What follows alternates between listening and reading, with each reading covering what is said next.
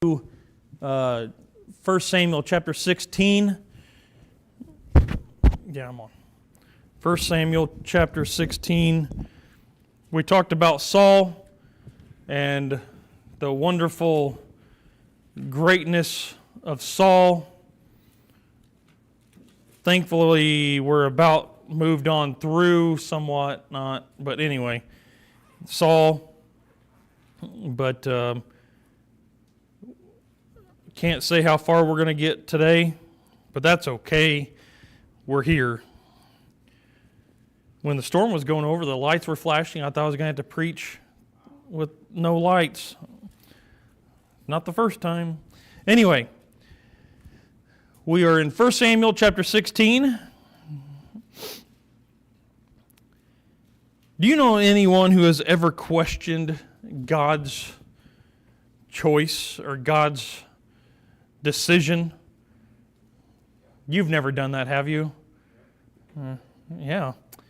Well, one thing we've got to remember is God's choices are there for a reason, which is going to play right in with our message, our reading and study tonight. So, chapter 16, verse 1, it says, "And the Lord said unto Samuel, How long wilt thou mourn for Saul, seeing I have rejected him from reigning over Israel?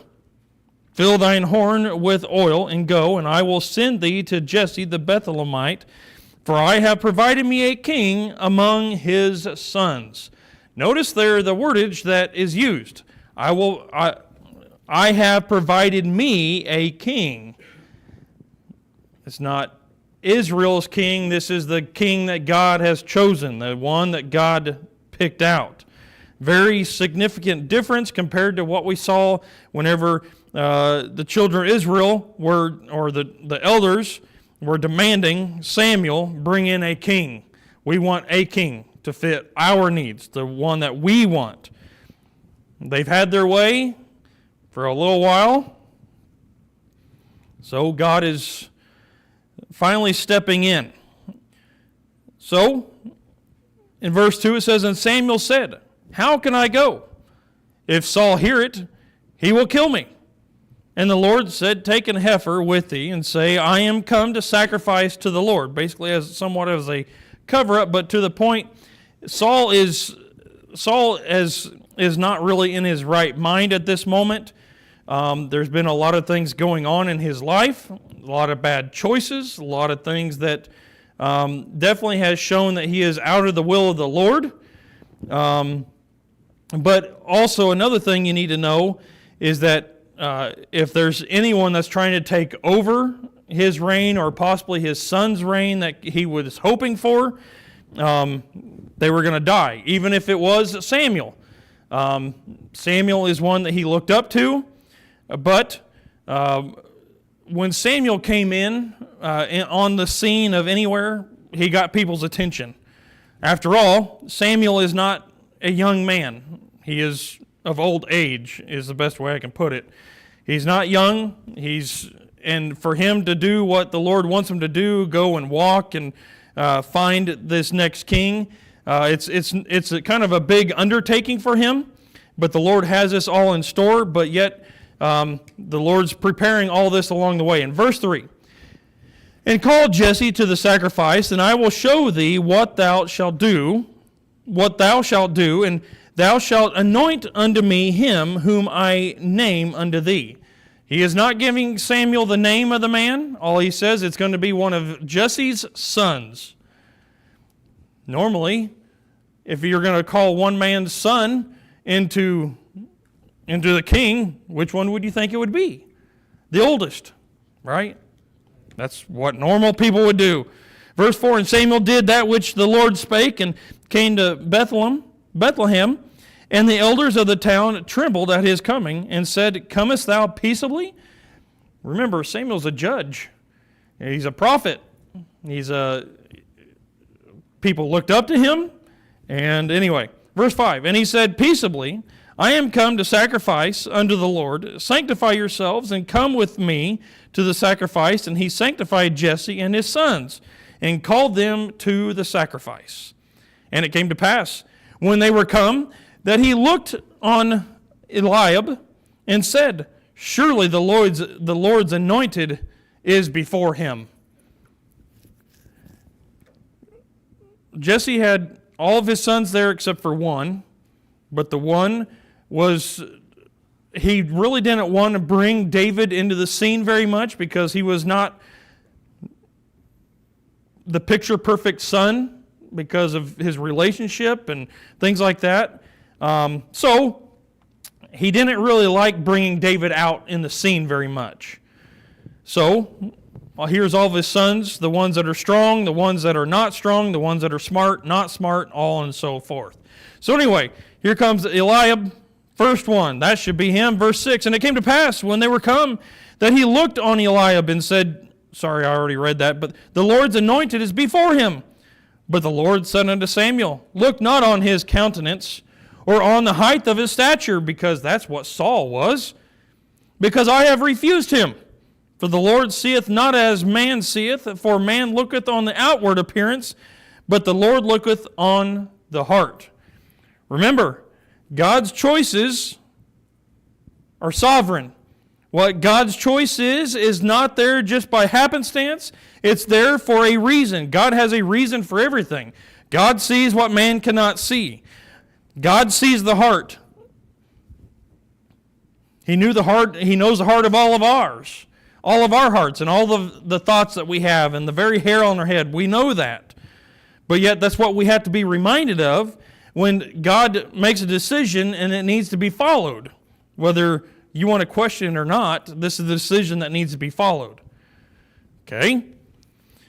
So, the next, verse 8. Then Jesse called Abinadab and made him pass before Samuel. And he said, neither hath the Lord chosen this. Then Jesse made Shammah to pass by, and he said, and neither hath the Lord chosen this. And again, Jesse made 7 of his sons to pass before Samuel. And Samuel said unto Jesse, the Lord hath not chosen these. Samuel's kind of getting a little bit perturbed in some ways. The Lord brought me to see your sons. I haven't seen the one yet. Great. Verse 11. And Samuel said unto Jesse, are here all thy children? And he said, there remaineth yet the youngest. And behold, he keepeth the sheep. In other words, he's got the bad duty, the low duty. And Samuel said unto Jesse, send and fetch him, for we will not sit down till he come hither. Again, his brothers were definitely looking at him. Were definitely saying, are you kidding me? Why does he want to see David? I mean, David, again, when all the brothers were to go do something, go into town, I mean, they were going into town to sacrifice. They were going to do that, but yet they left David where no one else wanted to be. So, but someone had to keep watch of the sheep, I guess. But, verse 12, and he sent and brought him in. Now he was ruddy, and with all of a beautiful countenance, and goodly to look to.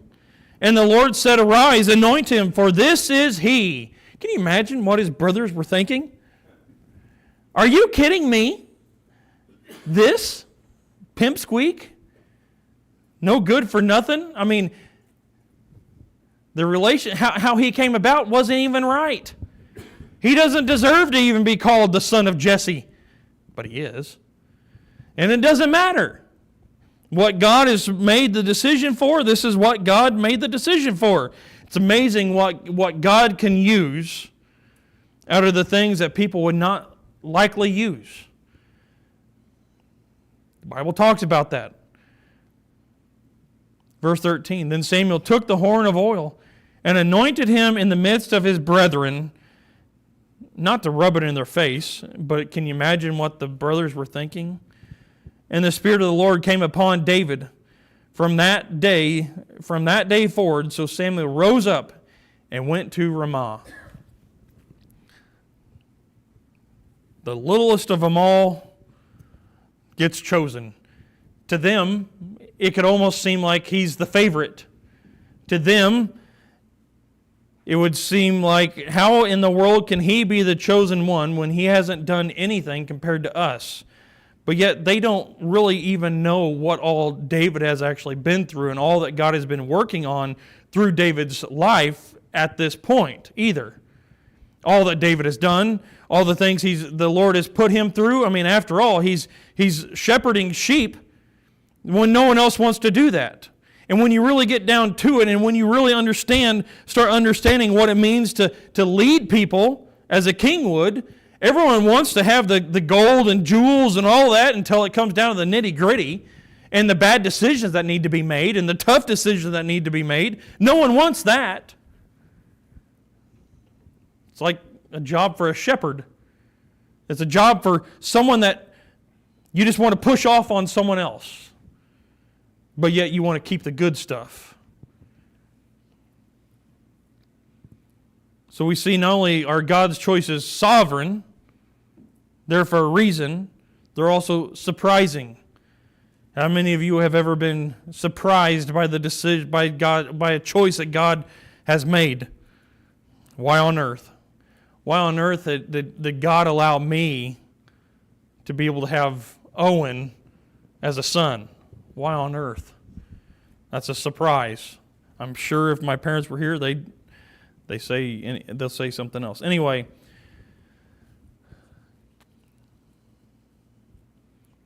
not only was it surprising that he chose David, but it's also surprising in the ones that he rejected. They were the ones who you would have looked at to say, this is the king. This is definitely king material. I mean, after all, look what they chose. Man chose Saul. You see what man chose, and now you see what God chooses. There's also a well-known saying among young preachers: God doesn't equip the called. He doesn't call the equipped. He equips the called. There it is. Was David ready to be king? No. Was David going to be worked on to be king? Yes. Was that all in God's plan? Yes. It said that he was decent to look at. He was okay, but he definitely wasn't as big and strong and tall and all of that. But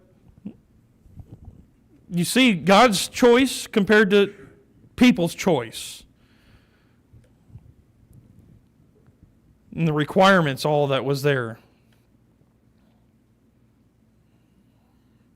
But before Saul even ends his reign, God is already bringing up the next king, the king that he chose. So that's another thing to mention there.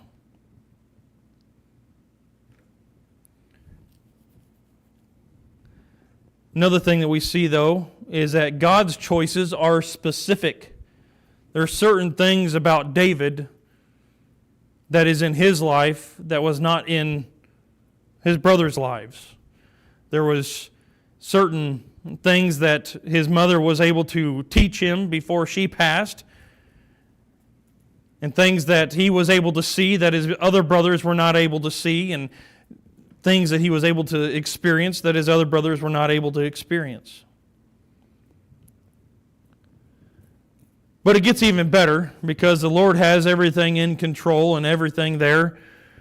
One thing you got to know is that when the king calls the men ready to go to war or battle, it's time for what happens is the word goes out, and the oldest, sometimes the second oldest, and whoever, basically the men that are the most available to go to battle, they are summoned to go to battle. Kind of like the draft, but even bigger. Anyway, so the brothers would go, but David would be left there. That's going to come up. That's going to come important here in a little bit. Verse 14, it says, "But the Spirit of the Lord departed from Saul, and an evil spirit from the Lord troubled him." What we see, though, is that Saul walked away. Definitely stopped listening for the Lord, stopped listening to Samuel, stopped listening to any kind of help, and he started listening to the people who chose him. He started listening to them. And so as it says there, this is what God did. the Lord departed from Saul, and an evil spirit from the Lord troubled him. In other words, he was a maniac. He was uncontrollable. He needed a special someone to come into his life. Verse 15, and Saul's servant said unto him, Behold now, an evil spirit from God troubleth thee. Let our Lord now command thy servants which are before thee to seek out a man who is a cunning player of an harp. And it shall come to pass when the evil spirit from God is upon thee, that he shall play with his hand, and thou shalt be well. One thing that David's mother was able to teach him was music, and to be able to play a harp. And one thing that he got to do while he was out shepherding sheep. What else are you going to do? Throw rocks? Well, yeah, you can throw rocks, but you bring along an instrument and console things and do things like that. Anyway, console your spirit. Verse 18, then answered one of the servants and said, Behold, I have seen a son of Jesse, the Bethlehemite, that is cunning in playing and mighty valiant man, and a man of war, a prudent in matters, and a comely person, and the Lord is with him. Wherefore Saul sent messengers unto Jesse and said, Send me David thy son, which is with the sheep.